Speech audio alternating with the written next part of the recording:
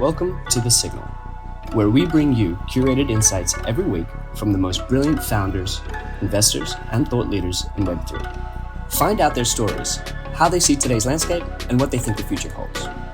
This podcast is powered by The Collective Solution, an invite-only experience for the most innovative minds in Web3. Your host, Tyrone.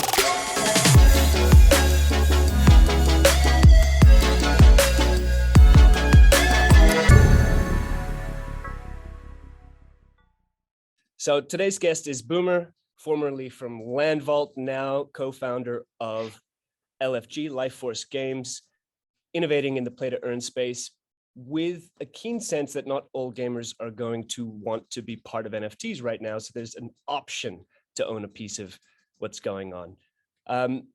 His background is in real estate. He was in real estate all his life. His family was in real estate. He then had a successful podcast teaching people about personal finance with over 2 million listens. And we're very excited to have him here. I've been looking forward to this for a long time. I've known Boomer now for close to a year. He was one of the earliest members of the collective.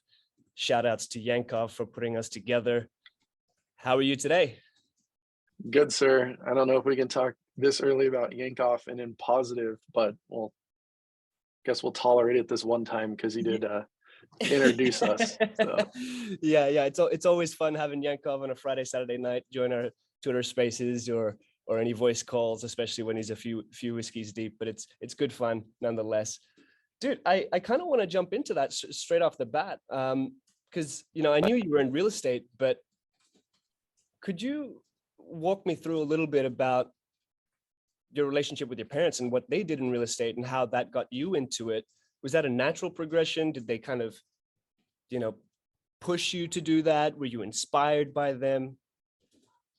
It's one of those, they did it all the time. They're crazy entrepreneurs, have always worked for themselves. They thought it was kind of crazy. I was even getting a job right out of school.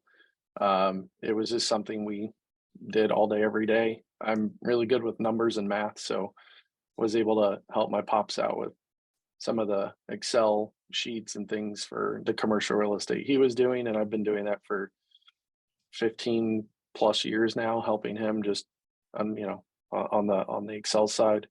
But yeah, I was the first one to graduate college on both sides of my family. Like everyone, uncles, aunts, cousins, grandparents, like everyone just went and worked for themselves, figured out how to create something and go. So like serial entrepreneur on my end.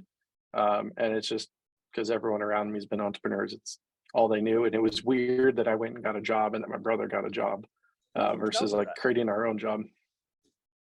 Was that? What was the first job you got?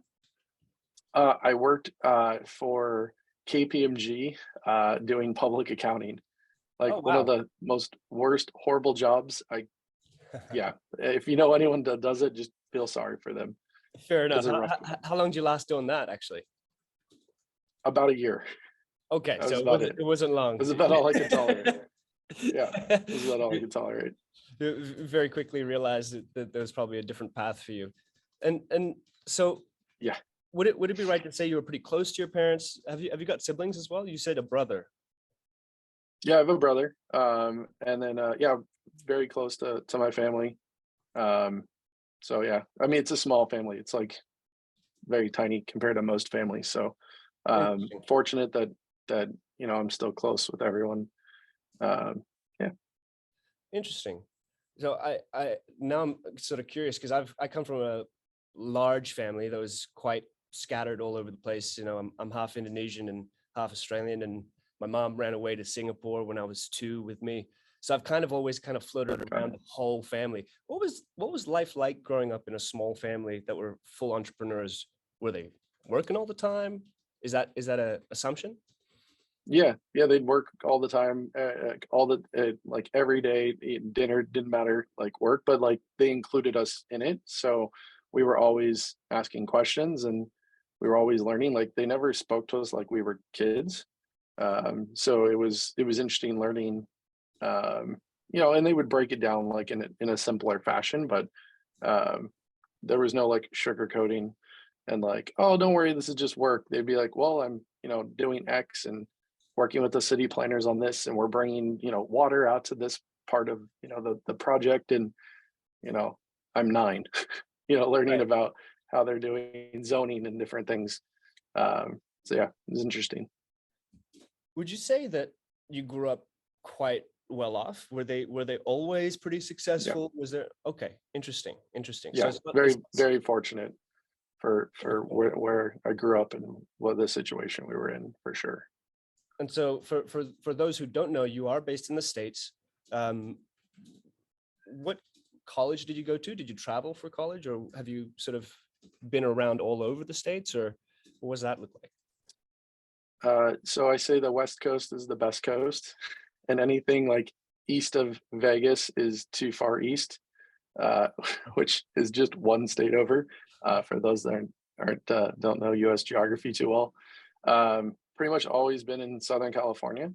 Grew up and went to college here. It's where I met my wife. We started dating freshman year of college, Wow. and How long yeah, ago so we was were that? both 18, long time ago. both both met when we were 18. I joke with her and said, I got in before she got smarter and realized that You of secured who your I am bag. and what it is. But yeah, we've been dating since we were 18. We dated for 10 years. Some of that was long distance, and then got married. I have a couple kids now. They're 7 and 6. Oh wow. Boy So yeah, and a girl, yeah, or older boy, younger girl. Yeah. wonderful. Look at you. A perfect suburban family of 4. Oh yeah, The yeah. dream. No picket fence though. So, Yeah. Interesting. Hey, quick and question. definitely no boomer status. I know that everyone was like, it's a rug. He's not a boomer. Yeah. But I still am a boomer. Just a young boomer apparently. Yeah, I'm an old man. dude. So what? Fun fact. I don't know if you know this, but I was talking to Satsuma early on, probably about a year ago, under the assumption that actually she was your wife, and then No. very quickly, she told me, no. Yeah. So Yeah. is your wife in Web3 as well? What does she do? Yeah. So she is a physician. She is a pediatric pulmonologist, so children's lungs. And she decided, I think it was like in March, to actually be vocal a little bit on Twitter. She's had an account forever, but she actually like tagged me and changed it to our our ape, and I think it's our mutant that she's using. And yeah, so she's on Twitter. She actually claims me that she knows me. So, and then I think she joined Discord and she's in the Alien Boy Discord. So Oh wow. that was Okay. the one she chose, because she's like, I've heard you talk about this Georgie guy so much. I got to see what he's been working on. And then where's that merch? Because you need new clothes. I'm like, all right, Georgie, have at it. Good luck. Yeah, I get a lot of that from my partner Bella as well. She's like, Tyrone, you've got 2 pairs of shorts since we moved to Bali. They've got holes in them. When are you going to stop buying NFTs and start buying clothes for yourself? I said, ah, one Eventually, day. NFT merch will come with shorts, so we're good. Yeah. um, hey, I guess that's a perfect time to segue from your past experience, your sort of upbringing in your personal life to, how did the transition from real estate to land vault happen? And when Yeah, was so that it about? was, Did you get involved in crypto first and then NFTs, or NFTs and then when was that? yeah. So I feel like everyone's kind of got like a weird, like, oh, I woulda, coulda, shoulda story. But a friend told me that they were mining Bitcoin back when Bitcoin was like 30 to $50 range. And I was like, that's the dumbest shit I've ever heard. Like, why are you doing that? It makes no sense to me. Like, I just immediately shut it out as dumb.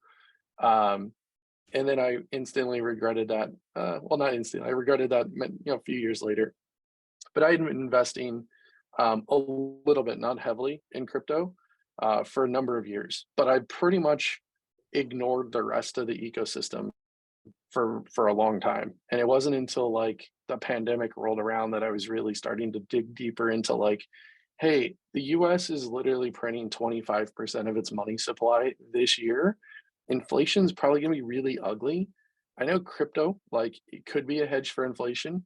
Let me dig deeper into that ecosystem and see what's going on. Because really it was just Bitcoin. I didn't really pay attention to ETH or anything else, to be honest. And so I talked to Sats. We live really close to each other. Our kids are friends. We've known each other for years prior. And she's like, "Hey, let's look in more into ETH. This smart contract thing seems pretty promising. There's already a bunch of stuff happening." And then when we started doing that, we realized like, oh crap, there's like digital real estate, and like people are going to take gaming to a whole new level because there's a lot of new tech coming. And so it just started snowballing into this just consuming a ton of info around what the ecosystem has been doing for the past 5 years that I haven't paid attention to it since like 2014, 15 time. Hmm. And so as we started digging deeper, we realized like the ecosystem for where it's at is actually pretty robust now. And so we started looking into more into the digital land and seeing what was there. And then we started hiring attorneys because before we want to start anything, we want to make sure we're doing everything on the up and up, which most projects are not doing things on the up and up, at least according to US law. So if they're US based, most DAOs are illegal. Like even the state that passed some legislation around Wyoming passed some around the DAO, like that. This is prior to even that. Yeah.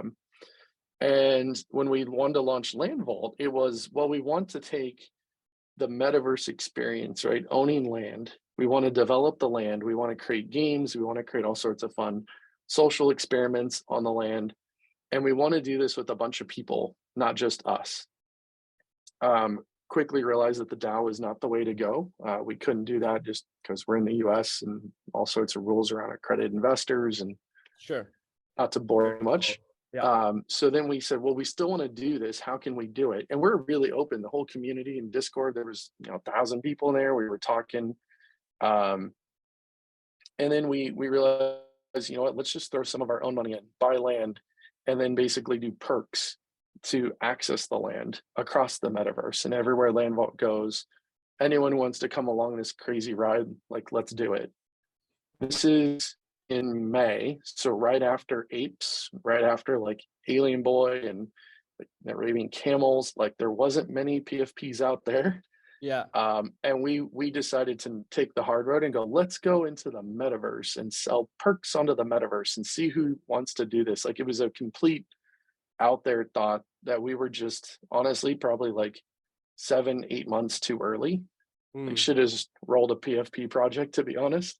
But that's really how Land Vault like started. And I minted a bunch of apes, so like that seeded us with a bunch of money. We're just lucky that I did that. I think my buddy Mike, who called me from Japan and said, "Yo, you need to like mint this." And I was like, "All right, like how do I set up the MetaMask and to do all this like on my phone?" Because I was not home like at the time, and move funds. And then it got fun minting, and I was like, "This is great! Like it's like the slot machine in Vegas. Let's keep going." 19 apes later, it was a lot of fun. And he's like, "You did what?" And I was like, "I don't know. It was just fun. I don't even know where my money went, but this is cool." Yeah, story for another day. But that was a really interesting time, and that seeded a lot of the funds that we contributed to buy land. So Interesting. Okay, so yeah. I mean, it's clear that your podcast experience is coming through, because some of the questions, as soon as you mentioned apes, I was like, when did he mint? How many did he get? And you answered all those before I got into it. I guess the follow-up question to that is, how many apes do you still hold? And do you have favorite PFPs outside of apes? What does that look like at the moment? Yeah, lots of mistakes. So here's a world's smallest violin playing for me. But out of the 19 I minted a board and shaven pizza face, which is like the rarest trait. And I also mentioned a gold merch ape, and both of those sold within 6 hours of me minting them for like 6 and 8 ETH, which is fantastic. Yeah. Not to say that they're not worth a lot of money now, but that was kind of the initial like, oh, this is like real money that just got got spent on this. It wasn't 0.08 ETH. Like people are spending 8 ETH on this, like 100x return in 6 hours. Like, what is this? I need to dig more into how this works. So we have 2 apes left. Satsuma has her ape, and I have my cheetah ape. We've got a bunch of dogs and other side land and some mutants. We own a lot of other NFTs. I pretty much am the one that's kind of corralling the NFT stuff. I handle a lot of the purchases and things. We've been kind of in a partnership from a business perspective for a while, and so all of those NFTs just kind of get lumped together between her and I. Because you were doing business long before NFTs together, right? Yeah, we've done real estate together and other things. So like, yeah, we've known each other for 5-6 years prior to any of this. So yeah. Okay. So I kind of, and then in terms of like the PFP, I don't know. I'm more impartial to like the projects behind them than I am necessarily the look and feel. But Goats and Alien Boy are probably my 2 favorite projects just from the founders. I absolutely love both of those guys that run the projects.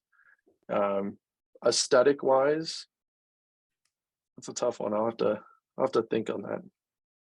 Okay. Been so used to just having my ape that it hasn't really mattered. Yeah, I mean, when you've got a good looking ape, you don't really need to look at anything else for the aesthetic, do you? Yeah. Okay.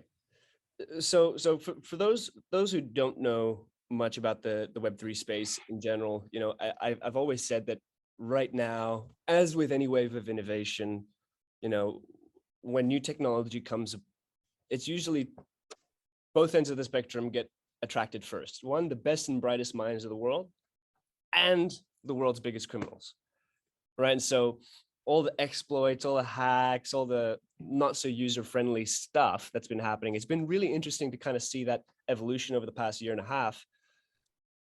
Are you of the belief that PFP projects are quote unquote dead? There's a lot of people talking about how PFP projects are dead and that NFTs need to find a future use case. Are you in the same boat? Do you have the same belief? No, I think all different use cases will come about. I mean, digital identity is likely going to be the largest use case for NFTs for many, many, many years.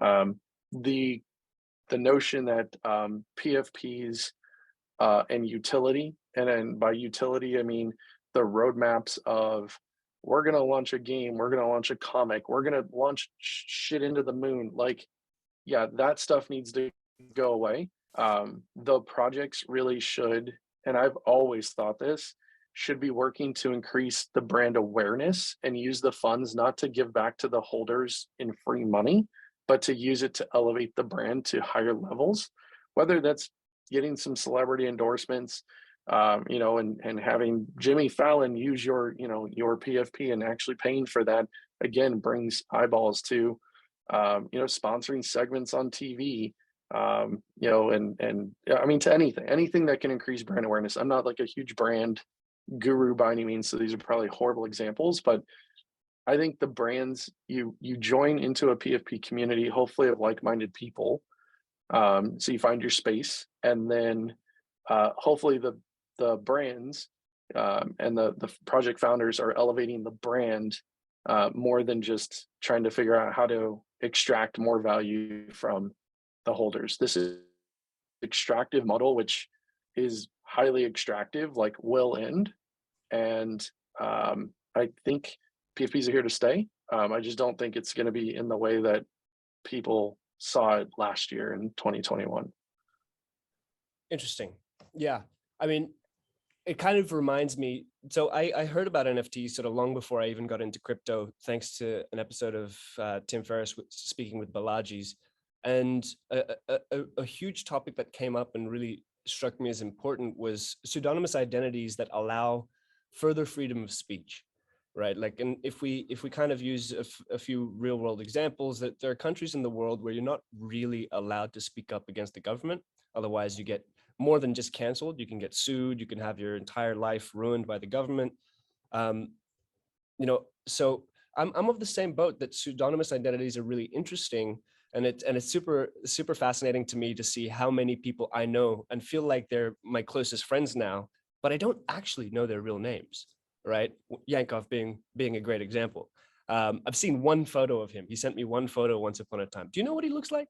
We won't talk about it, but do you know what he looks like? Yeah, he took a picture in the land vault hat, which is cool. But the PFP though, like the concept of that and the NFT, like I could start an anonymous Twitter. I mean, hell, I was anonymous for almost a year, right? With my profile. That didn't have to be an NFT. I don't link it. I don't. I mean, I have Twitter Blue just because I like some of the features, but I don't link it to like my Vault wallet. So I mean, I could have just, what I did is copy paste something and do that. The NFT portion of like the free speech and not knowing, you know, who someone is behind that, I don't think is the true use case of NFTs. I think it's everything that happens behind that paywall. The best way I like described it to my old man when he was like, "You did what? And you have what?" Like he was really kind of like confused by the whole thing. And I said, "Look, like you've got a golf club, right? People pay good money to go to the golf club. I don't care if it's $1,000 or $250,000. Like there's golf all around, like in all sorts of different price points. But you go there, one, to play, and two, to network, right? And so if the community you associate with is an extension of you and your network, you know, then you're probably going to be pretty excited to buy in and to join in to play. Now, unlike a golf club that has monthly dues and pay every time you go and all this stuff, you can pop into Discord, which I hope will change, and that ends up going to more form-based. That, you know, why don't some of these have created tons and tons of royalties? Like create their own app. Like why the hell are you still using Discord with all the hacks? Like create a mobile app. It's not that expensive, that only your community could access. But whatever. But Yeah, you we go there and you definitely can need to. talk, you can network, you can hang out with people, right? You know, when real life events come through, you know, you've seen some have created these gated experiences and had concerts and all sorts of stuff. Like that is a benefit to the perk holders, that why you probably are charging secondary, like in royalties, like that's how those funds should be put back. I want to see more like elevation of the brand and not necessarily like, how do I get money from the holder? You know, how do we give back free money and token or whatever to the holder? Like we need to get past all that crap. Yeah, So I don't think they're dead. I just think we need to shift to a different piece. yeah, And NFT doesn't have to mean money. Like it doesn't have to mean like number go up. I know that's what everyone wants, but like we're going to be stuck until people get out of that mindset.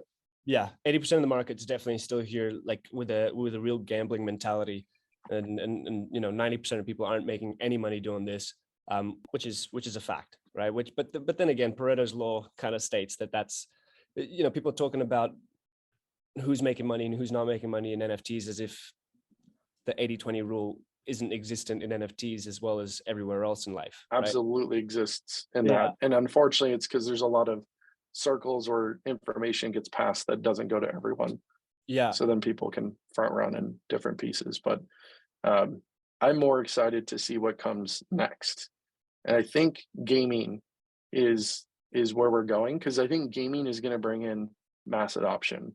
Like it wasn't DeFi, and PFPs brought more people in, but gaming will bring the whole world in. yeah, for sure. So I mean, if you could, that's where I'm excited where we're going.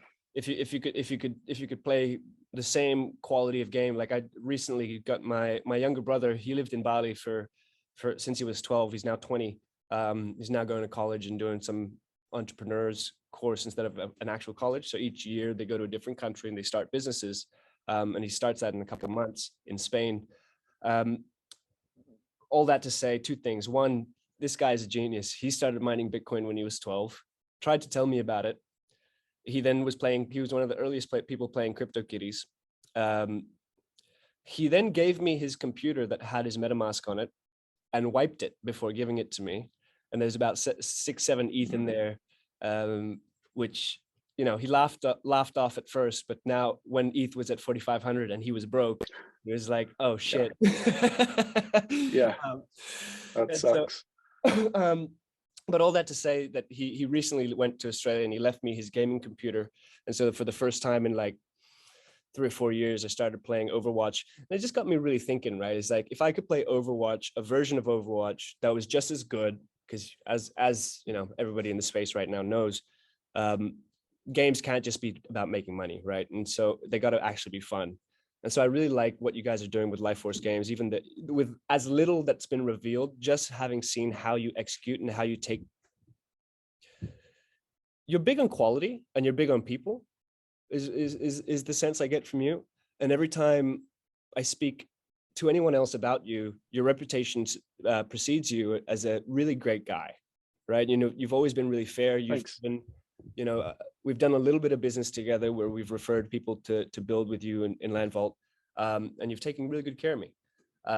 Same with Masterbuzz. I think you might have introduced me to Masterbuzz, and so where am I going with that? There's a couple things that I really like. I want to touch on. One, buying access to a gated community. That's been by and large 90% of my strategy in this space. I literally just buy an NFT if I'm trying to meet the founders or some people who are in that community, and then I get in touch. And then if they're great people, I keep holding the NFT, right? If not, and I'm like, okay, well, let's just get rid of this one. There's no value here. But how long do you think it'll take before blockchain gaming is actually fun? Is there any examples? They're coming. They're coming. So currently everything has been number go up, and most gaming that has come out or has been really FOMO-y public, like, has really been to drive the token value, for basically the founders, the VCs that hold it, and trying to get that money out to players, to which they get free money, so they're excited, right? It was a way for studios to get money to players' hands without having to lose the precious capital that they have on their balance sheet of actual fiat, so they can continue to develop. And it was used mainly for marketing. With the downturn in the market, that strategy does not work anymore, which is good, because it's a very terribly flawed strategy. If you look at Axie Infinity, it was built on play to earn, which I hate the concept of play to earn. We look at as game and own. Our motto is like game, craft, own, repeat. But Axie can never switch over to just being fun, because once you go down the financial like rabbit hole of this game equals money, everyone in it is in it for the money. No one's in it because they're like, gosh, Axie's so fun, I can't wait to go play. Like, said no one ever. And that's okay. Like, I'm not trying to talk smack on them. But if they turned and pivoted and said, you know what, everything we're going to do right now is going to be to add core gameplay. So this is the most fun game you've ever experienced.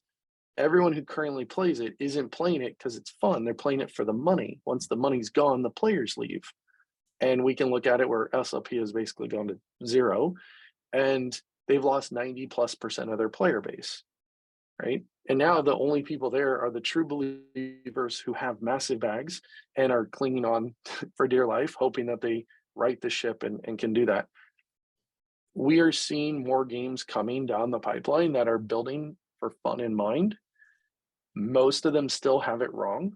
They're still trying to build for the crypto market as a whole. They're still trying to say, hey, you need MetaMask, you need to buy our token, you need to go buy our avatars, our wearables, our land, insert whatever crap you have to buy, some expensive NFT. Gala's notorious for this. Buy all this expensive shit and then earn a shit coin to try to earn your money back over time.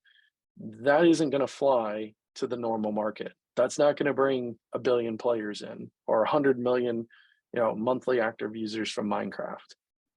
We're getting closer, but there are some fun ones. The one to pay attention to, friend of mine, Jonah Blake, who runs the RE3W, and I have chatted about this a bit, is Dr. Disrespect's Midnight Society. And Jonah's, I think, written on this, and so we had a really fun convo, and kind of the TLDR for everyone here, because obviously we're part of that convo. was Dr. Disrespect has 4.5 million followers that follow him just on Twitch. Yeah, If I you know add him. Yeah. if you add up Bored Ape plus Other Side, it's only like 25% of his following. Right. So Other Side can go to zero. And the majority of the gaming market in the Web2 traditional gamers, they're not going to care at all. Right. But Dr. Disrespect running Midnight Society and actually pushing Web3 in their faces. And do you think he's going to stream that shit 12 hours a day? Absolutely. Right. He's got more to do for the Web3 space than Other Side, Sandbox, Decentraland combined. So that is a game absolutely to watch. And they're doing something really cool that I hope they pivot really hard into it, like we're about to do with LFG. But they're building in the public. So every 6 to 8 weeks, they're going to drop snippets of games that you can go in and kind of play, like little mini pre-alphas, which I think is really fascinating. I'm hoping that they lean into it even further. But just that alone, like traditional game developers are like, oh my gosh, they're doing what? Like, why would you do that? Like, they normally put out a trailer, then you hear nothing until they're about to launch, and then you don't see really anything until they've launched. Showing anything that's not fully finished is like taboo. It's weird to them, right? Yeah. So it's gonna be fun to watch that one. So I think games are coming. That it's fun first, blockchain number go up second, but we haven't seen anything launch yet. And that's kind of the thing that we're trying to do at LFG is be able to build it where one, it's fun, and two, blockchain is still there behind everything, but it's not in your face. And you're just building a fun game that people can enjoy. And then they can choose to own a part of it. That's super interesting. I'm gonna loop back around a little bit here to LV, and you'll see where I'm going here in a second. I want to kind of look at some of the assumptions you made when you launched Land Vault. Where were you right? Where were you wrong? And then at what point were you like, okay, you really knew you were onto something and you were going to become the biggest metaverse builder in the space? Because are there any numbers you can share about revenue or like the biggest earning month or anything like that, or perhaps even the size of the team that grew? So Land Vault started with Satsuma and I at the middle of May, trying to figure out what we do, what we call it, how it's going to work, right? We pivoted a few times in there, like I kind of mentioned, and we wanted to go the DAO model, and we Yeah. looking at different things. When we ultimately decided this is what we're going to just put more of our own money in, and we're going to launch this thing. Our first hires were Zonrox and Integ. They were the first two builders that really joined us, and it was under the basically it was under the impression that they were going to help build out all of our current land.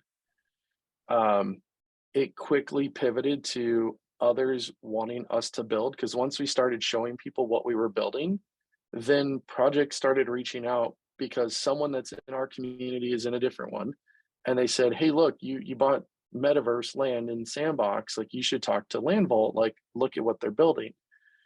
And for the first 2 months, we said no. Like, we're just going to build for ourselves. We want to build out our plaza. Like, this is part of what we're doing for our holders.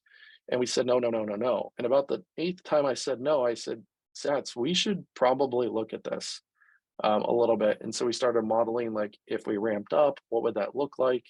And you keep in mind, like, she's incredibly smart with numbers. She's a CFA. Basically by training.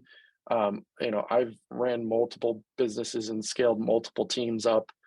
And so we're looking at our strengths, and we're like, we could do this. We could figure out how to bring value to the holders, how to grow across the metaverse, how to help other projects grow in a right and like ethical way. We could do really good build qualities.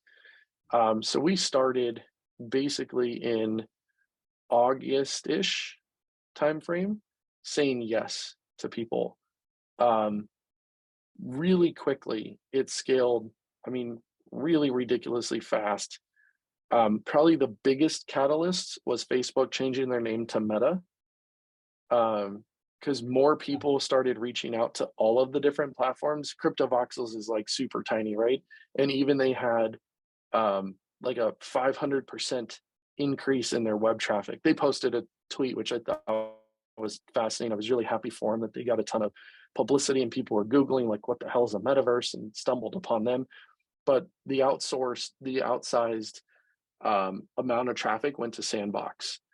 And if you look at Sandbox's like center hub that they zoom in is like when they announce the land, like Land Vault owns a 6x6 attached to that. It's literally the best piece of property in the whole game attached to where everyone loads in.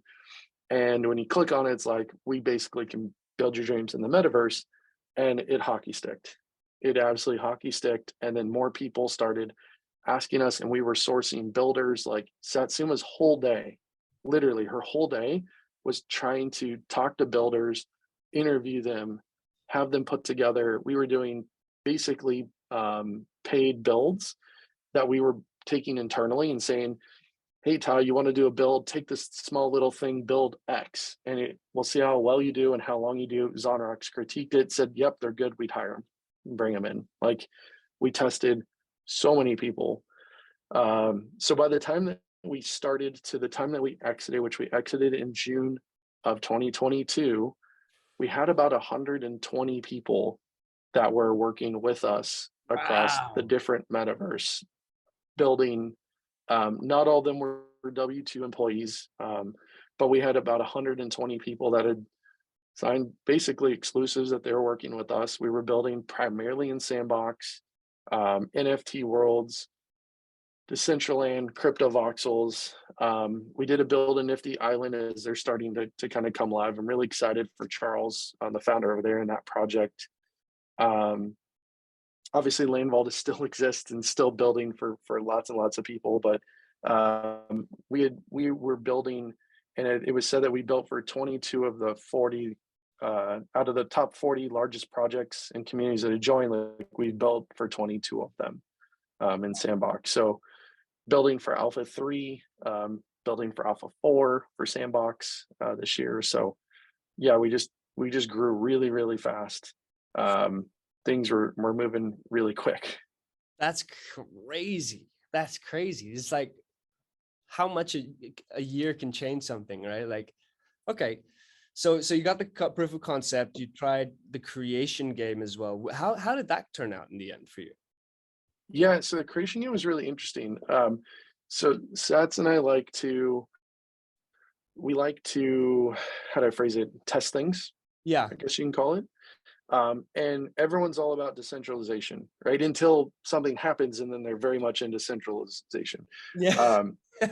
But we wanted to basically test the model without going all crazy like others are doing, where they're like, everything's decentralized, and like, we saw how Decentraland's worked. It's got 1,000 active users and it's basically dead.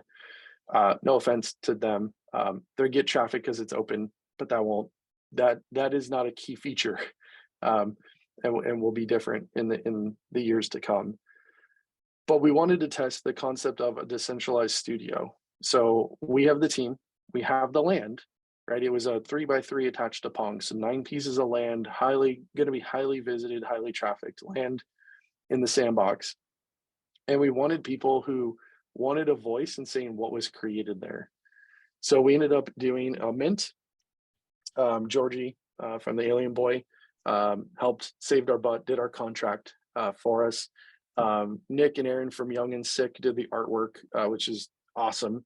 On the 4 NFTs that went out, it was a random mint, and you could get basically a certain number of votes. I think it was like 4, 8, 50, and 200.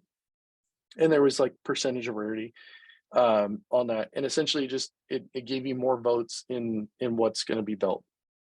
If you way to run this by several attorneys and got everything approved, but if you basically put in some work, there was a way that you could earn part of the net revenue off of what was derived from there. So they had to come to 6 of 8 meetings. They had to come up with several ideas, and be an active participant in everything that was done. And by doing that, they'll end up, as the game goes on, they'll be able to earn something from that. We ended up selling five or $600,000 worth of NFTs. And through that, we were basically able to create something truly awesome on the 9 parcels of land. So it obviously covered the cost of buying the land, and then it covered basically all the development and there'll be ongoing development from that as well as the games continue to unfold. But it's really interesting because we found out that people don't want just a blank slate and come up with all the ideas on their own. They wanted basically targeted ideas, and then they wanted to vote on those targeted things. So it wasn't completely decentralized in the thing of like, hey, the world's your oyster, pick whatever you want. And they just were like, oh, this idea and that idea. It was like, here's 8 ideas. Which one's the coolest one to you? And then they all loved it and started voting like crazy, and then were more vocal. They just needed a little more direction and kind of focus on the laser beam, so to speak. But it went really well. We had a lot of fun doing it, a lot of fun building it. That's now fully done and built. So now we're just waiting for Sandbox to open. So I'm excited to see how that completely unfolds. But it was the first of its kind. Yeah. It took a Jenkins-like approach, but it did it in the game studio perspective, not like writing a book perspective. But yeah, it was a really fun experiment for those that were involved and had a good time doing that. I was part of that process. Didn't quite make it to 6 meetings. It was right around the time I was moving to Bali, actually, which is unfortunate, but I had a lot of fun for, so can definitely corroborate on that. Dude, speaking of Bali, speaking of hubs around the world, I know you're based in the States. I know you've been to NFT NYC at least a couple times. Is that correct? I went last year. I couldn't go this year because I got COVID before it. Unlike everyone who got COVID while being there, I got the more unfun version where I got it and then couldn't travel, and then had to FOMO and sit here on Twitter crying Oh no. as everyone was having a great time, and I couldn't make my own party. I couldn't because the LFG had a party. I couldn't go to any of the Ape Fest stuff. I couldn't go to anything, and then everyone else got sick, and I was like, it's a bummer. But yeah, so it's only NFT NYC last year. Everybody got sick anyway. They should have just let you go. Apparently, I felt horrible. There would have been no way I could have made that. Oh man. Okay, so having been to one NFT NYC, of course, New York, Miami, are big hubs in the US. Are you getting any sense of where else in the world? Are you paying much attention to where else in the world is turning into a hub? No, because I'm head down, like trying to build out LFG, and at one point was running Land Vault and running LFG, right? So like I That's went from the like real estate 90, stuff. 100-hour work weeks to like 70-hour work weeks now. Nice. Because obviously we've exited Land Vault, but no, I mean I primarily just focus on like what's in front of me and how can I put our best foot forward and how are we going to change the space. Like it's the same reason why I don't watch the news and like I don't look at the markets. Like I can't influence or change any of that. Yeah. So I'm not going to stress about it. I'm not going to dwell on it. I'll get basically the 5-minute headline clips of what's happening. And then I just go about my day and trying to work through the stuff that I can actually influence. That's kind of how I view it. So I apologize. I'm not probably the best to Oh no, that's great, speak because on that piece. it leads me to two follow-up questions. We'll take one at a time. 70-hour work weeks. What do you do with your free time? If you're not paying attention to, like, because I get the sense that you are, I've felt very blessed to have the kind of people that we have in the collective, and we're kind of trying to wrap our heads around a key problem right now is like, how do you get 330 members who are like the top of the industry to actually interact with each other? Like when they've all been put in one place, but none of them have any time to actually go and check Discords unless they're there for their own Discord, right? So there's something there around free time. What do you actually do with your free time? So I am not one to like BS anyone. I'm just like super blunt and transparent. So this is like the honest to God truth. It's not very glamorous or anything like that. I'm sure you interview other founders and it's way more fun and they have way cooler lives. But I've always prioritized my kids first. So I do pickups, I do drop-offs, I handle them in the morning as my wife goes to the hospital and works and everything. Everything starts planning my day around exactly what they need, what the times I can and can't work. And then anything I fill in between there essentially is work. Um, and that's working with our teams, it's working with our vendors, it's working with, in biz dev or marketing or game design and game development, and developers and engineers. Like all of those meetings happen throughout the day. Essentially dinner to bedtime with kids, because again they're 7 and 6, like it's still pretty an early night. Mhm. After that I'm basically out either researching, doing stuff for LFG or Landvolt at the time, communicating with our actual community. I'm not saying that people don't do this, but a lot of founders, like, they just get busy and they want their downtime and they can't communicate with people. Like, I feel like if you don't communicate with people, like, how the heck are you going to know what to build for them? Yeah.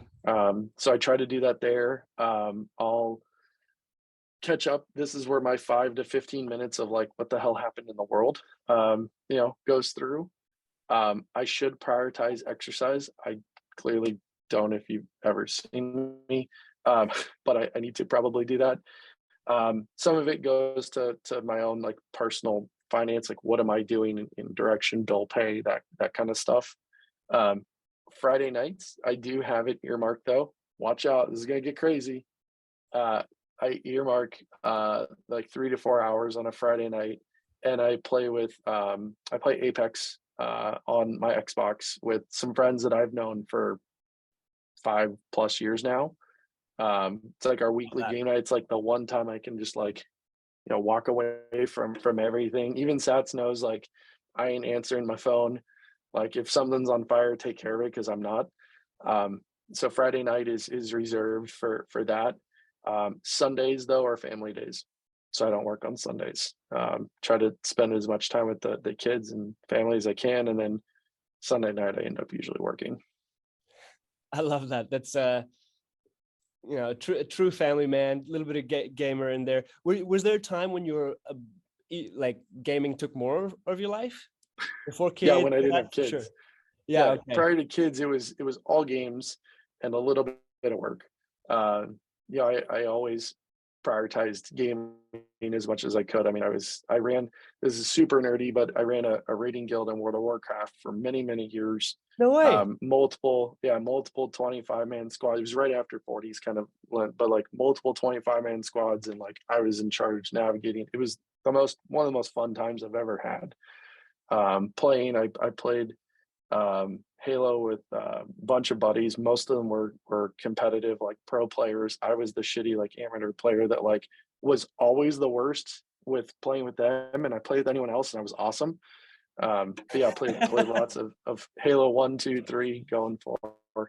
Um, yeah, but once kids kind of got in the picture, it was kids and work, and that's Dude, I love pretty that. much what it is.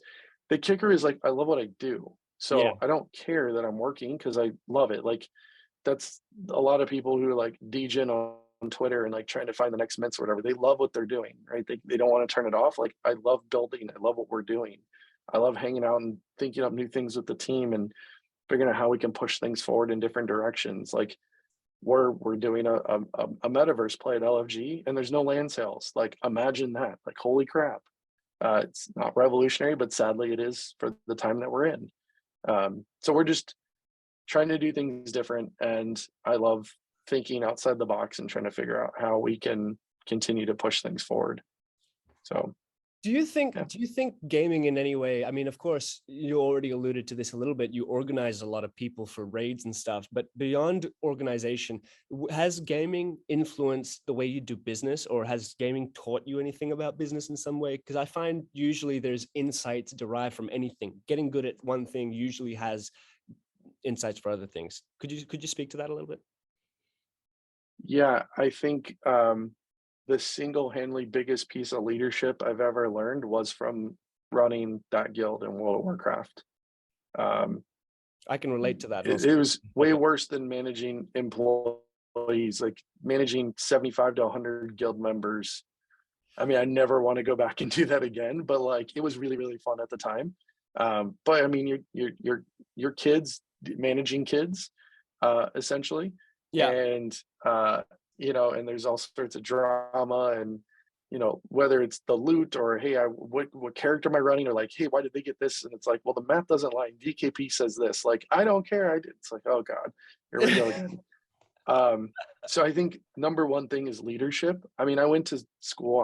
I'm again very fortunate. I have multiple master's degrees in business and finance and accounting. So like I get the number operation side of the business, but that was probably my single greatest like learning moment through that any gaming. What has been leadership?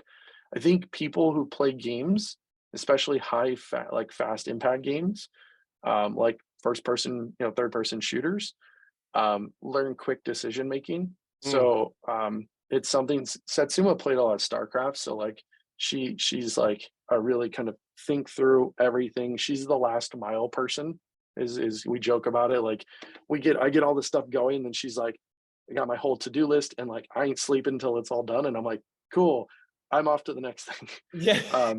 But what I mean, it works really well Yeah. for her and I doing that. But we both are, I think, pretty articulate. We learn like to analyze things and to give a decision quickly and to move on. Most businesses don't have executive teams that can do that. And that's why a lot of businesses struggle, I think, to gain market share, gain exposure, to actually deliver a product and actually ship it.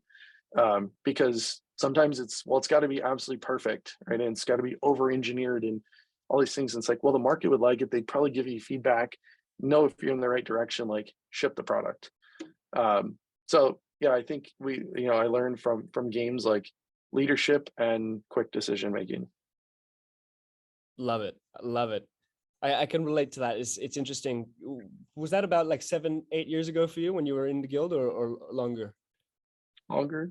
Longer. I'm old. What expansion? What expansion? Because I ran the #1 PvP guild in my Oceanic servers for RBGs. We had a 2 10-man teams that played together every night when I was about 16. So that was about 12 years ago now.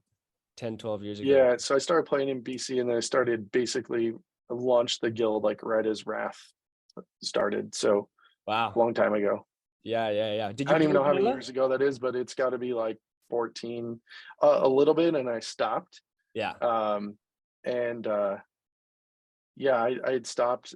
Just life got crazy and busy, and like it was already kind of consuming, and so I didn't like get fully degen mode. Like people are like, it's funny on Twitter, you know, like, oh, I'm degenning, like doing, you know, buying NFTs, all this stuff. I'm like, dude, that was like my whole childhood. Yeah, Like, yeah. you're just learning this through Twitter and NFTs. Like, that's cool. Yeah. You never played like vanilla, Yeah. you know, or BZ or like D2, you know, like Diablo 2 and Were you a I RuneScape? don't know. Were you a RuneScape guy? No, not super hard. But like D2, played a lot of, played a ton of like World of Warcraft and sold a bunch of gold. Like I was always trying to figure out like how to make money. So like D2 JSP and selling shit on there, and like figuring out optimal routes to sell stuff. And like all the people I played with, like some of them were younger, most of them were like my age or a bit older, and so they had some disposable income and they didn't want to like farm. And I was like, well, I figured out how to do it, so just send me money and I'll send you gold. Like, let's do this. So I mean, yeah, even back from that was the true degenning. This stuff is like, see, I told you I'm old, man. Oh, back in the day, we walked uphill both ways to school. There's my equivalent. Like, you haven't farmed until you played that. Yeah. So it's been a while. I'm glad I asked those questions in that order. What do you do with your free time? We find out about the gaming and your history with World of Warcraft and D2 and everything. But it leads to my next question, which is, kind of goes around delegation and team building, right? How do you look at that? And maybe we can cover like top 3 points, if I don't know if you have a playbook for these things, or you just go by feel. You seem like a Yeah, kind of a so structured person. So yeah, Sats is way more structured than I am. But I believe that if you hire the right talent around you, those that are smarter in their specific field or niche, and then you give them basically a little bit of boundary and a lot of flexibility, like things will come out way better than I could have done if I heavily micromanaged someone, right, in order to do it. So, we've brought on people from narrative and art and marketing and our CTO and our Unity devs, like all these amazing people at LFG, and you're not hand holding them. Like they know way more than Satsuma and I do in their respective pieces. Where people usually their knowledge kind of starts to not be as strong, or they don't know how to put all the pieces together, right? They've maybe never ran a company that's grown to 100 people or something like that. And that's, I think, where Sats and I kind of come in. And for her and I, like one CEO is usually what runs a company. For her and I, we've taken co-CEO roles, which is very different, but we're two very different people with two very different skill sets. And I can't do her pieces as well as she can, just like she can't do the pieces that I do. Like finding one CEO that can do all of that yeah, is pretty rare. And yeah, so usually you're going to have someone at the top that is really competent in a few key areas of business and really weak in others. And that will then cascade down through the whole organization, whether it's a 10-person team or a 2,000-person team or a 100,000-person team, like that will carry down unless you have the right support around you. So we're a very top heavy team. Some VCs have absolutely hated that, but I don't care. I'm going to ship a product, and we've got a really good team that has built fun games their entire career. Unlike many blockchain games that are learning, hey, we come from DeFi to like, I think I could build a game. Let's go Fiverr some of this out and hire some of these people and be as cheap as we possibly can. And we looked at it as let's bring in like the best talent.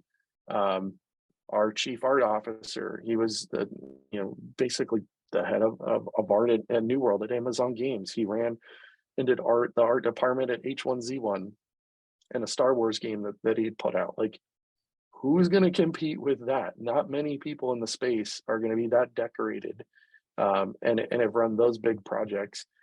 How would I micromanage, someone like that? Like, it's just mm, mm, not going to happen. Like, he's forgotten more than I know about art, right?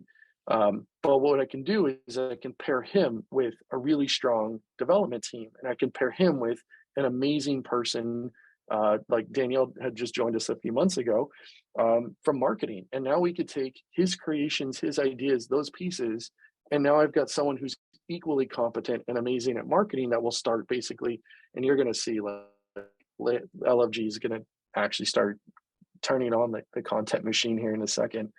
We've got William who joined us. He was working on Vanguard for years, right? He is extremely talented in narrative. Like, so now I've taken people who are extremely talented in narrative, extremely talented marketers, extremely talented, art direction, extremely talented engineers, and you put them all in the same room and you give them all amazing, flexibility, a little bit of guideline, like, hey, we're going to build this type of game, right? And now the collaboration between the departments, which never happens at traditional games, yeah.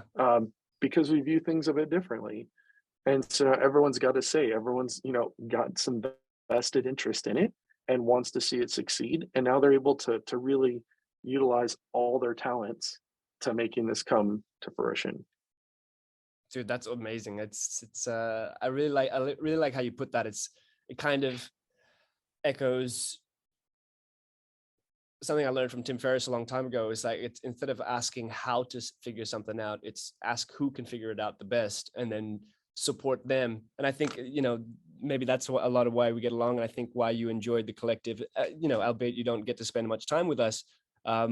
But part of our ethos is exactly that. The first thing you see as join our community is, it's finding the right people, putting them in the right place, giving them the resources, infrastructures, and tool that they need to go do the thing, and then getting out of the way. right? It's a delegation, not decision making. I think a lot of founders and the founders who are going to listen to this as well, especially in this space, there's a lot of first time founders. There's that compulsion to kind of control every little thing that they're doing, right? And which just leaves them spread thin. And super cool, man. Is there any other rules besides finding the best talent? And if not, how do you find the best talent? Like, what do they come to you? Do you specifically go headhunt them? What does that look like? Yeah, so at these two very different things. So Land Vault, it was brute force, and we didn't do it correctly, but we learned. So in Land Vault, Satsuma literally all day, every day was hunting people down, Yeah, organizing, running, trial builds, doing all that. That was not the way to do it. But that was us trying to figure out a brand new space. yeah, sure. With what we're building at LFG is very much like a traditional game, just not in the slimy, shitty way that is currently being done. Like, we're very much open and very different. Not to try to knock on the other development studios in Web 2, but we learned like an HR department is actually critical to someone that's all they're doing all day, every day is interviewing, finding good talent, finding us the best people, and then having those people interview everyone in the company that they're gonna work with. Now, could we do that at 1,000-person firm? Like, absolutely not. But we're not a 1,000-person firm. We're a small indie studio, and yeah, if we're gonna interview a game designer, I want them to talk to the engineers. I want them to talk to marketing. I want them to talk to art and get to know everyone. Because if they're toxic, it creates a bad work environment, right? So at LFG, we knew one of our first hires, because we had to scale and we had to get really amazing people in the door.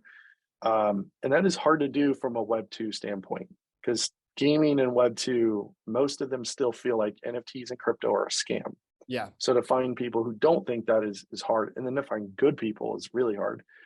So we brought on Jay, who did a ton of HR work at Sony PlayStation and Daybreak. And so he had tons of gaming connections. He had come in, and then he's been helping source and find and interview and put all the, I mean, this is weird, but as a Web3 studio, like, we have health benefits and insurance and yeah, I noticed like that. actual real stuff, because that's what you need to attract real talent Yeah, in the space. yeah, it needs to be. You guys have always struck me as not only quality, but you really take care of the people you're working with, and I think that really speaks to, one, how much you care about the team and the vision you're building, and you really see the symbiotic relationship between that. I've found that quite a few founders are trying to like budget how much or what can they afford, but you guys seem to spare almost nothing. Well, it seems like nothing, when it comes to attracting the best talent. You really take care of them. I noticed you've got like remote work, office budgets, everything. Yeah, they get a gaming budget because we want them to still play games, right? And like, we want them to have the right setups and have internet access. And we say, obviously, send them a computer. We need them to, more for security than anything, right? But you've got, basically, as we're looking at the team and the budgeting and like where we're going and what it takes to create things, we want to find really good people. But we've done our numbers. We know exactly what our burn rate is. We know what we're spending. We know what we can afford to do. Because Sats is a CFA. Like, I know the finance side as well. And there's things that you just don't do. Like, we don't throw crazy elaborate parties all the time. And to do things like, we had a lot of the party that we paid, like did it in a TNYC, paid for, right? We paid our chunk. We had partners that paid some as well. We got some of it sponsored, right? There's plenty of NFT projects that are throwing massive, like $500,000 parties. Our Yeah, crazy. party was a tiny little fraction of that. I heard it was We did, fantastic. yeah, it was, yeah, I wasn't there, but I mean, I saw videos and I talked to all the friends that were there, and also they had a great time and enjoyed it, which is awesome. I wish I could have obviously gone, but we're doing one a year, and it's tiny. You know, there's projects doing it every time there's a conference and throwing these booths together and to do these things, like probably excessive, right? They're Yeah. probably trying like flying And first class, like the return laying on flat. investment. Yeah, like they're they're just most people don't know how to manage a balance sheet. Yeah. Um, in this, especially in this space where there's new founders, like knowing your numbers in and out, managing your balance sheet, knowing what you can spend a little more on. Hint, it's probably people. Yeah. And where you should cut stuff, like cut some of the frills. Like you'd probably rather have a really good person in that position and not have a few of the extra fluff perks that probably only benefit you and not the employees as a whole. Um, I mean, that's the way we approach things. Like we want to pay everyone well, what they deserve. We want to attract, you know, top talent. We are a bit top heavy, right? We have more senior than junior, but I don't have to hold, you know, our system engineer's hand. Right? I said build a stable backend. He's like, cool, boss, got it. Right? Like no other questions. Yeah. Whereas like if we would have tried to be cheap and outsource or to do that, like there would have been massive involvement from our CTO, hand holding all that entire piece. You know, and that makes for a different work environment, and it probably is going to be an inferior product. There's obviously things that, you know, more junior, not as experienced people could do, obviously. But we chose to go the route, launching a brand new studio in a very volatile, interesting, brand new industry and environment, to go with people who have launched games and have shipped games, you know, their whole life. I love this.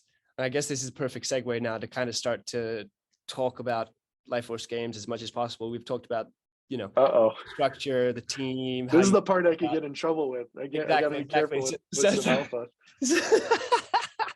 So we got to everybody.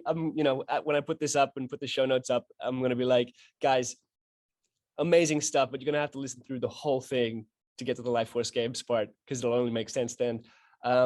What can you talk about? What about timelines? Is there timelines? Because I know you mentioned content that's coming out. What's that look like? So we'll start with timelines. So I will say one of the things that we do not like and do not do is FOMO. Like that is a Sure. big thing to us. Like we just are not FOMO-y type people. So I don't mind. I had talked with Sats a little bit about, hey, I'm talking to Ty, like how like much am I muzzled in this or how much can I talk about it? But I think I can release a decent amount of info because we're really close to a lot of stuff. We raised in November of 21. We launched with the team in January of 21. So at the time of recording, which is August 2nd, you know, so we're 7 full months in development. We already have a demo of our tower defense, which is going to be tower defense kind of mixed with King of the Hill, a little bit of an RTS type feel. So it's not a laner, it's not a Clash of Clones like, you know, clone, Clash of Clans clone. It's Like kind that. of its own thing, right? Yeah, Clash of Clones. It really is its own thing. We've got a really cool lore story that I don't want to carry it out here, because we have a really cool reveal that William is putting together When's the reveal? for that. Is there a So specific date? we're gonna start by carrying out the info, because again we're gonna do things that we learned from the creation game, is that we want people to be active within the storyline, and it isn't going to take money to influence the story. We want people's time and attention, Which is the and true those currency anyway. pieces, yes, but we want them to feel like they're a part of it and that they're being heard. Because I think part of what is missing in the gaming space as a whole, I don't care if it's Web 2 or Web 3, is that gamers are just seen as essentially for Web 2, it's the X liquidity, right? Yeah. Like we built this thing and now we just want them to pay us a bunch of money and we want to be extractive as possible. Yeah. Web 3 took the narrative of like, well, we can do that. We create a better mousetrap and kind of disguise it as ownership of your items. But that isn't the whole case. Like most gamers actually don't give a shit about owning the item. The Warzone 2 probably people do because that just is getting wiped or whatever. But Yeah. most people just want to be heard, right? They just want someone to say, a patch goes through for your favorite game and they didn't fix something that's like a known issue. And you're like, why the F didn't you fix that? Why aren't you listening to the player base, right? Like we're telling you what's wrong. We're showing you what's wrong. We're abusing the mechanics and you're choosing to ignore it. You're not talking about it. Everything's in silence. We're taking the exact opposite approach. So we want to fix things. We want to know what's happening. We want people to be involved, but not just reactive. We want it to be proactive. So I want people to start testing our games and playing our stuff and they say, hey, that part sucked. That part was cool. Hey, wouldn't it be cool as opposed to if the storyline went this way versus that way, right? And we can use voting in order to do that. So part of the lore is going to come out, but not all of it. And the reason part of it is going to come out and not all of it is because we still haven't written that full story, because we have been writing in a way that we want the players to determine, and we're kind of viewing them as our citizens of our world, right? We're building this big universe. And we want them to kind of say like, well, hey, this NPC in the game, like his storyline or her storyline can go 5 different ways. Like, which way do you guys think is coolest? Right. And so they're voting on those pieces, or, hey, art's taking this direction. Here's our whole art, piece that we're working on. But we've got 3 editions of this hero that we can, kind of go down. What do you guys like best? What looks coolest to you? So we had to build, kind of backing up here, we had to build the demo. We had to get the foundation of the story and the lore. We had to know exactly what we were building. Like we knew it was tower defense. We knew pieces. We already had part of a game design doc ready when we were raising, but we didn't have the full fleshed out game design doc. We knew pieces of our metaverse, not all of it. We knew that we didn't want to sell land, when we initially started. And think about this is November and January, right? That was like peak for everything. And everything was land, and NFT worlds is through the roof, sandbox through the roof. And we didn't want to do land. That to us just seems like anything that's part of the core game loop, if it's for sale, you're doing it wrong, because that will never hit mass adoption. That will never have 100 million monthly active users like Minecraft. Like I know, and I'm very realistic that we're not going to hit 100 million active users, but that's going to be our shot, right? Like we want to be the biggest game that we possibly can be. If we hit 1 million monthly active users, obviously that's fantastic, or 5 million or 50 million, whatever it is. But we can't do that if you say everything in this world just to start playing is you have to buy it ahead of time. Yeah. Like, so a lot of the free to play model that currently exists, like could work in Web3, right? You play the game, you can buy a little upgrades, you can buy little cosmetics, like as long as it's not pay to win. It gets really interesting when people play and they unlock things, and the things that they unlock are what's tradable. And so they're getting rewarded, or more reward if you're better, have more skill. So I like our games are easy to play and hard to master. And those that will do well in our games are going to be people who are skillful, and you will probably have to play the game and actually to level up and to learn how like all the mechanics work. So right now we're targeting Q4 for our alpha, and maybe it's a pre-alpha, maybe it's an alpha. Like I don't really care about the verbiage of what it's called. Sure. I mean, I know a lot of people do, but essentially we want to get something in the players' hands. So one, they know like we're actually building something. Will it be polished? No. Will the art be perfect? No. Will the gameplay be perfect? Absolutely not. Right. But we want to get it in their hands and start getting feedback.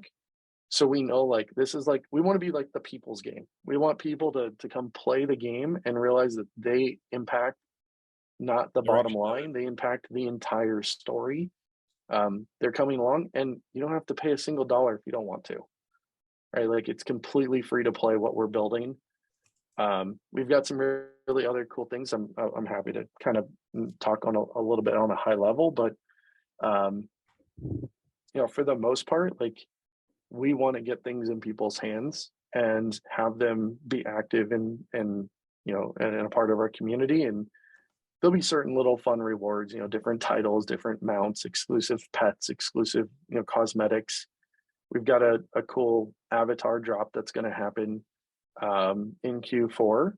That will be different than pretty much everyone else. It's not a generative PFP type project. That will obviously have some impacts as we continue to build out our metaverse and continue to expand. So excited for that to be coming, but we're leaning really heavily into what we learned with the creation game. So that will influence a lot. And one other thing, and I'll let you kind of ask some more questions, but coming from the background of content creation, and Danielle, who's on our team from marketing, comes from that same background. We want to be like the most transparent game studio in existence. Like that is what I want for us. We've been very quiet up until basically mid-July Yeah. because we wanted to know kind of our foundation.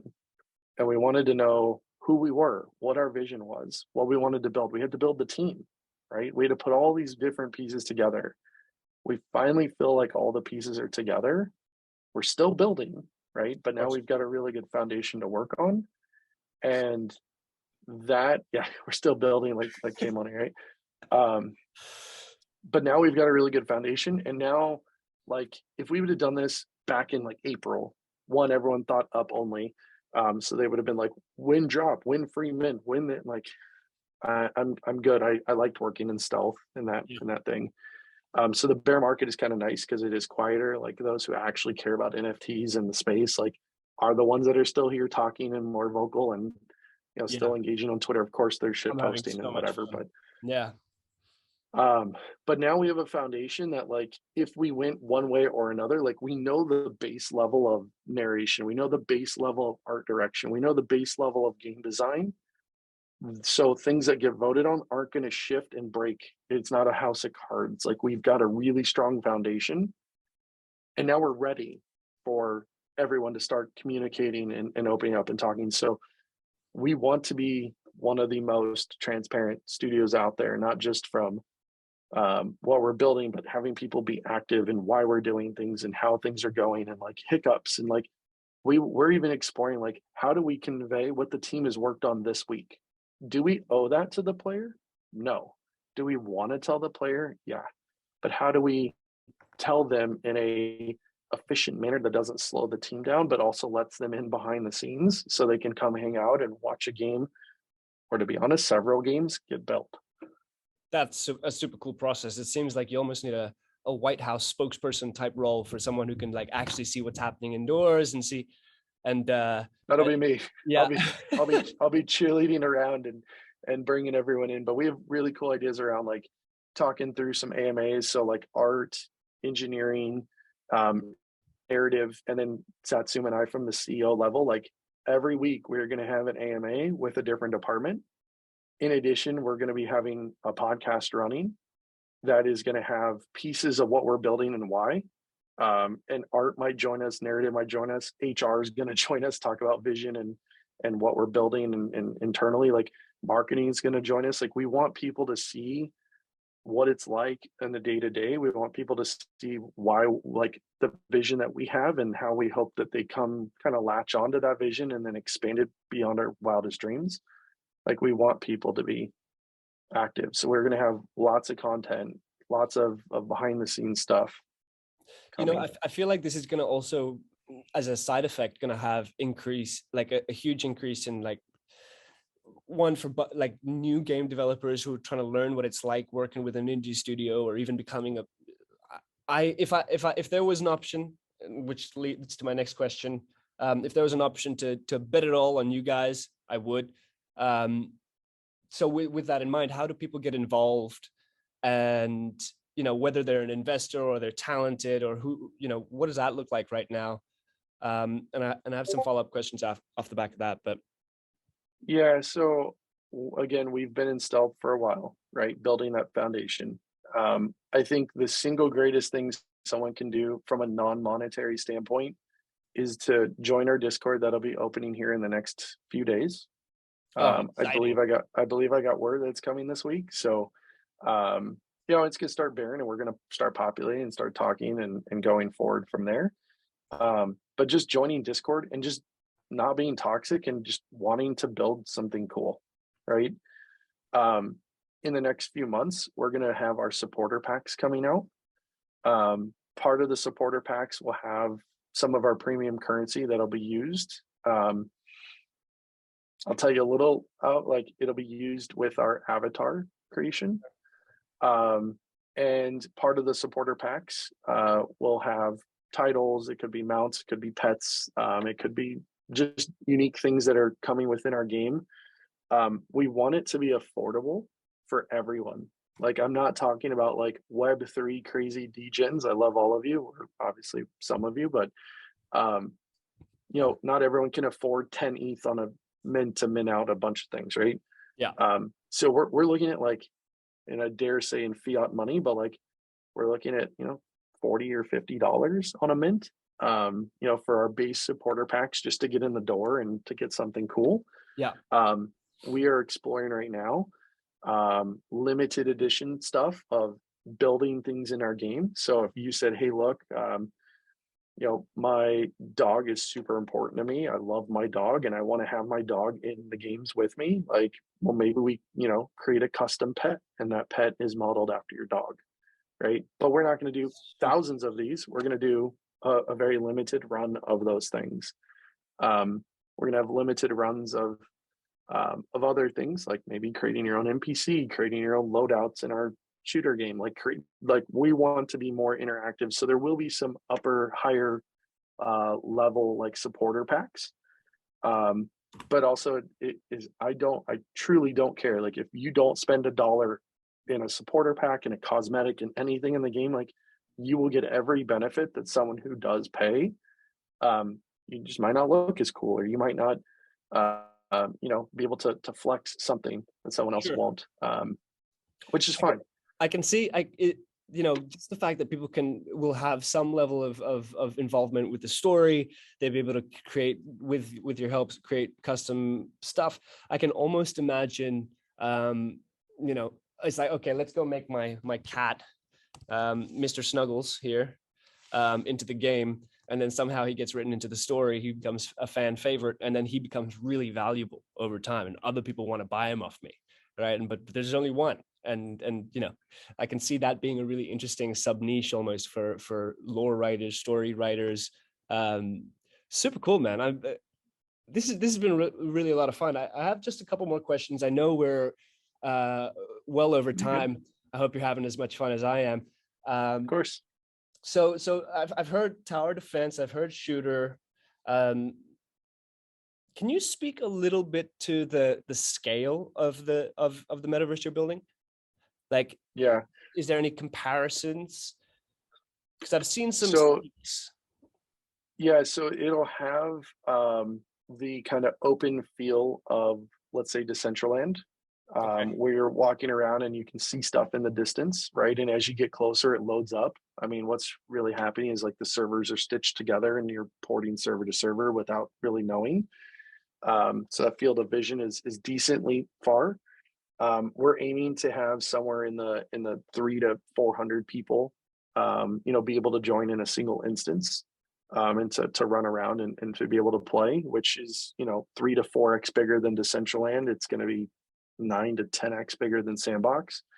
Sandbox is very isolated in its own instances. You know where your neighbors are, but you have to literally load up instance to instance. Um, so it won't feel like that. It'll be very open. Our hub is where you'll be loading into the game, and we'll have some really cool things at the hub available for people. That's how you'll port into LFG's suite of games that we're building. But we're hoping that LFG is not the only builder on the platform. So we already have some cool partnerships in the works that we That was haven't my next disclosed, and question. I won't do that. Oh Um, no. that are building. I don't want to do that because it's not my project, but we have a couple projects that are going to be building with us. One of the things I will tell you from a high level on is if you take what we did at Land Vault and understand that we are builders, we want to let anyone create, we want to have tooling so user generated um, content can actually happen in a meaningful way. I still think there's always going to be a place for businesses like Land Vault, right? Where big business comes in, they don't want to spend the time developing. They want it to look professional. They've got one shot, to make it look good, or everyone's going to FUD them into the ground. So they're going to hire a professional builder to do that. We are building in a no code drag and drop solution where my 7-year-old will be able to build. It will be that easy. And we're also building it in a way that we want to turn everyone into an indie game developer. So they will be able to build actual games, not just, oh, here's my museum, right? But they can build their own team deathmatch, and they can have their own level design take place with the assets we're providing, right? Or they can create custom assets or work with us to create custom assets. But they don't have to know how to code, right? They want to load that game up, core game logic is done, drag and drop, level editor, boom, go in and play. That's where we're heading from a metaverse perspective. So that's very different than our tower defense, Sure. basically third person shooter. We're going to have a whole suite of games that we're going to build, and that logic is going to be seeded then into like a game generator and be able to go further. That is so sexy. There's no better term. It's sexy. As it kind of loops back around to your building in public. It's going to make a new generation of indie game developers have really easy access to high skilled professionals who are doing this on a day-to-day basis. They get to see when things go wrong, because not everything goes right, and 90% of businesses Not by any means. exactly. And so I think it's you're ushering in a new era of game development. And just with the future of work being so different to what we've kind of grown up in, I think with AI and automation and all these things happening, a lot of jobs are disappearing, but the final frontier of jobs will be, and already is kind of shifting towards, is human creativity, right? And so you guys are right on the money with that. I all I can do is wish you the best. I had 2 more questions, and my final questions. Cool. But the one of them, I think you already said you can't answer, but let me just reconfirm. Are there any partnerships you can speak about? No. Damn.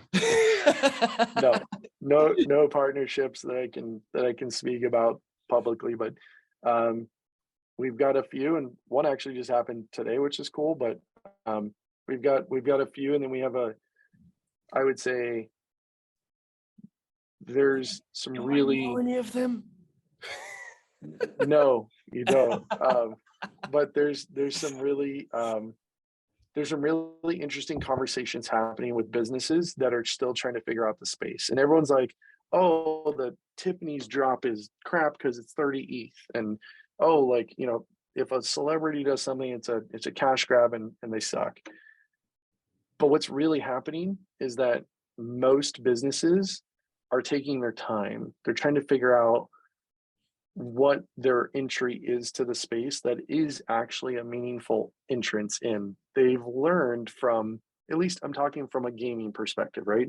And they've learned oh, we threw an activation together and went into Roblox, right? And that was cool, but then 2 days later, there was no activity and it's been dead for a year. And it's because they didn't drive ongoing traffic. They couldn't figure it out. That monetization model didn't work, right? And they just were kind of pitched one thing and it ended up being another. Whereas I think the concept of a metaverse without a suite of games on top of it is kind of silly. The Decentraland is a great case for this. You develop this platform and then you have no games on it, so no one has any real incentive to go other than Decentral Games has their casino, like that's great, and they get like 90% of the traffic or some ungodly number, because that's the only real pull, barring like Fashion Week, like that. Sure. But if you build games there and you give people to go for a reason, right, it starts to get populated, it starts to happen, like things, the wheel starts turning. But we know like game cycles are 9 to 12 months, and then games either have to radically pivot or they die. So even if we're creating our own suite of games, it will only last for so long, right? So you need multiple verticals spinning at the time, right, in order for these things to kick. So we're building the world, we're building games. We're going to let users create their own games, right? And then you have brands that kind of work in and kind of are the glue really that keeps it together. They're trying to figure out how they can come in the space without being extractive, which is cool. Some of them are extractive and they suck, but like a lot of brands are having it. So like I can't talk on partnerships. A lot of them aren't inked. Some of them are.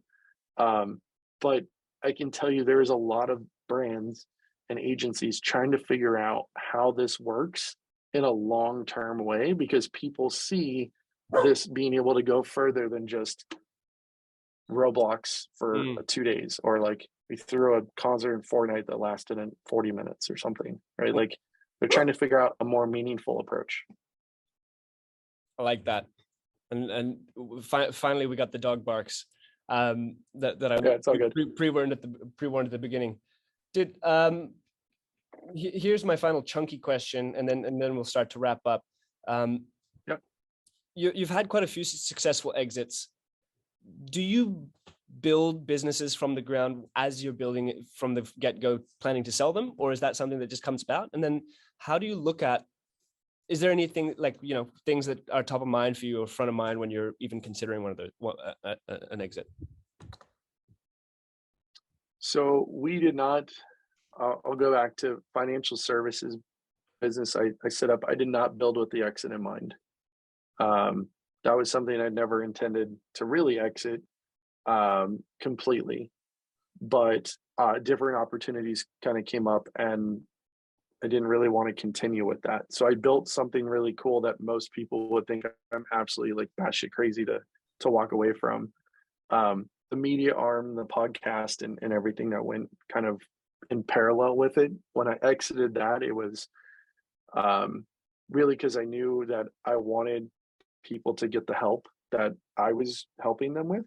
And I wanted them to continue to get it. And I only exited that because I knew the people that were taking it over. I've known them for years and they are really smart, really good, genuine people. So I knew that they were really well taken care of, right? Because I curated and built that over a 4-year period. With Land Vault, we never anticipated exiting Land Vault. And in fact, we told when AdMex wanted to acquire us initially, we said no. Like, I remember that. this Yeah. is not of interest to us, right?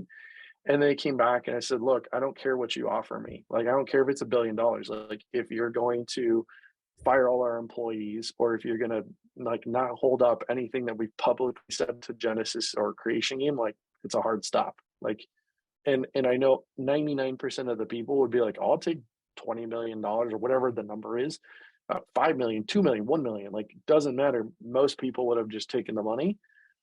But Sats and I were like, no, like it does not matter if it's 1 million, 5 million, 100 million, 1 billion. Like maybe she'd say 1 billion at that point, but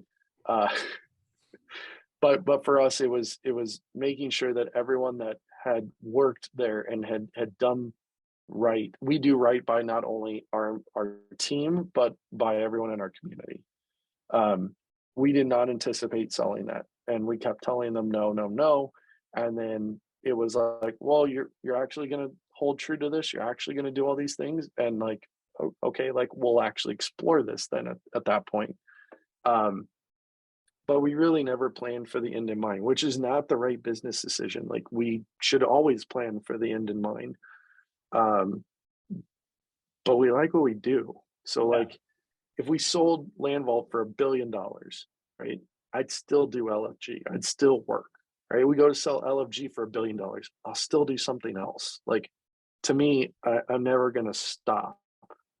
I love what I do. I like building. I like progressing things forward. I like thinking outside the box. I like empowering people to do work that they thought that they couldn't dream of, to then they get successful, by lifting them up and doing things like that. Stuff's really cool. Um, so yeah, for LFG though, we every time we do something, we learn. So we learned like, hey, after going through like an exit with Landvolt, we learned exactly all the things that are going to be requested in due diligence and how to keep track of some of these things. So like if randomly EA decides, hey, we're going to buy LFG, we're not sitting here scrambling trying to figure out some of the key pieces of legal and things that they're asking. Like we learned a few things or two. But with that said, like it was a bit different because Landvault, we never raised money, and in LFG, we raised it from the start. So we already have investors, fiduciary duty to them. Like we've got a lot of pieces that we work through from a compliance, regulatory, legal, financial side with them. So it's been a bit different, but Yeah. Devil has another devil. I know what an exit would look like with LFG. I'm not planning for it. I'm not hoping it occurs at any point in time, but I know that it will likely be a large studio that would come and acquire not just us, like any Web3, company that's doing well. I mean, the Sonys, the EAs, Blizzards, Activision, like they're all getting massive Microsoft by just acquiring, right? Yeah. Like Facebook goes, oh yeah, $1 billion, no problem. Like, let me take Instagram because I'll figure out how to do something, right? And monetize it for billions. So that'll be what happens in the Web3 space. It's what happened when mobile games were around. Like no Web2 company wanted to touch mobile games. They're like, why would anyone ever play a game on their phone?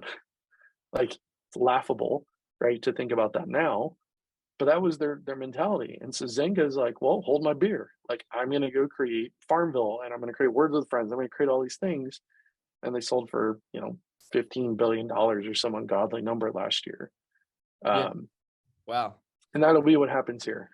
That'll absolutely be what happens here.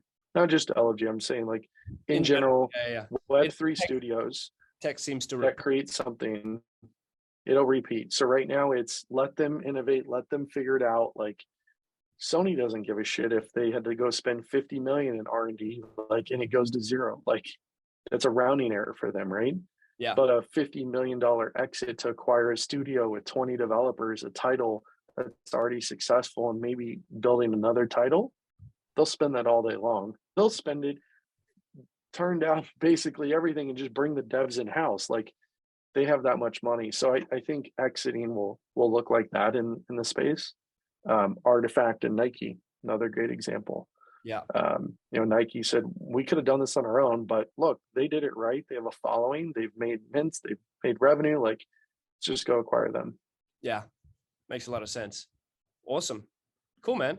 Well, I wrap up every conversation with one final question. I do this in my calls too. I think I've asked you this before. Probably. If you could right now, if you could wave a magic wand to get something, meet anyone, or have something change about the industry, anything you like, what would that be right now? That's a good one.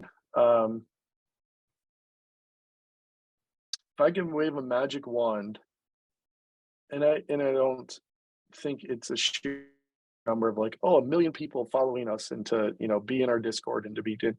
I really believe in the like 1,000 true fans concept. Like I would love more than anything for 1,000 people to be involved in what we're building. We had about that sign up in the first day just of our name reservation, but like I want truly 1,000 people that like want to be active in what we're building and have a voice and say that. I don't care if they spend money or not. I just want them in having good conversation, leading the way of where our narrative goes, leading the way of where our direction goes, leading the way of our game design goes, being a part of that. Like that would be really amazing. Not selfishly, that was a very selfish answer. So not selfishly, I want to get rid of this up only crap, and I want the space to stop bitching about what chain is better and who's got better tech and all this other crap. Like, look, we're on Zoom right now having this discussion. Not once did we go, hey, Ty, what internet are you using? One, I don't give a shit what internet you use, and you shouldn't care what I use, right? All I care is, does it work, Yeah. right?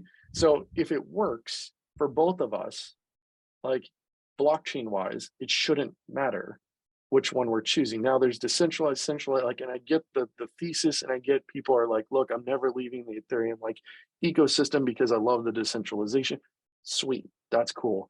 But does it matter if it's ETH versus Polygon or whatever? Like, no, like it shouldn't, and that shouldn't be like, and if Solana's having issues, they getting hacked, whatever, like, don't rub salt in the wound of others that are choosing something, because to hit mass adoption, like, everything needs to win. Like, we want everything to win. We want the space to get bigger. Like, the rising tide raise all boats. So like, I want people, like, a wave a magic wand to just try to get along and like further the space, right? Tiffany's dropping a 30 ETH project. Cool. Do I think that's something I would buy? No. Like, I have a punk. I don't need to put the punk on my neck in a diamond necklace. Like, I don't think that's dumb, personally. Mm-hmm. Am I going to support it? Absolutely. Because Tiffany's is a massive company with a massive following, and they're now giving all of those followers high-end jewelry of NFTs. The repercussions of that are massive. But you know what everyone else did? They went on Twitter and they started flooding it into the ground because it was 30 ETH.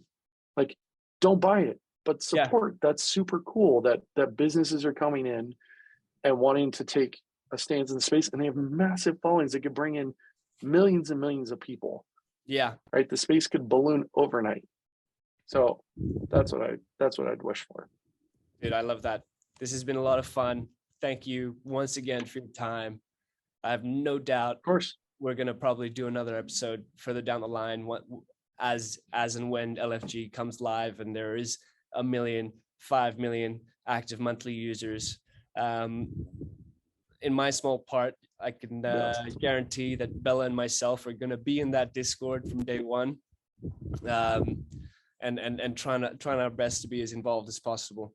And because we never had a chance to get on a call after NFT Bali till now, thank you once again as well for choosing to sponsor that event. It was really cool, and we hope to have you there next year, and potentially as a speaker, and you'll be able to talk about the success that LFG has become. Love it. Beyond that, I don't know if you have anything you'd like to add. If not, no, I think I'm good. GM and LFG. Stay blessed, my brother. Appreciate you. Thanks for listening to another episode of The Signal. You'll find links to everything mentioned in today's conversation, as well as ways you can get in touch in the show notes below. We're always curating our next guest, growing tomorrow's leaders, and putting people in touch whenever synergy and alignment is clear. Until next time, stay blessed and be a blessing.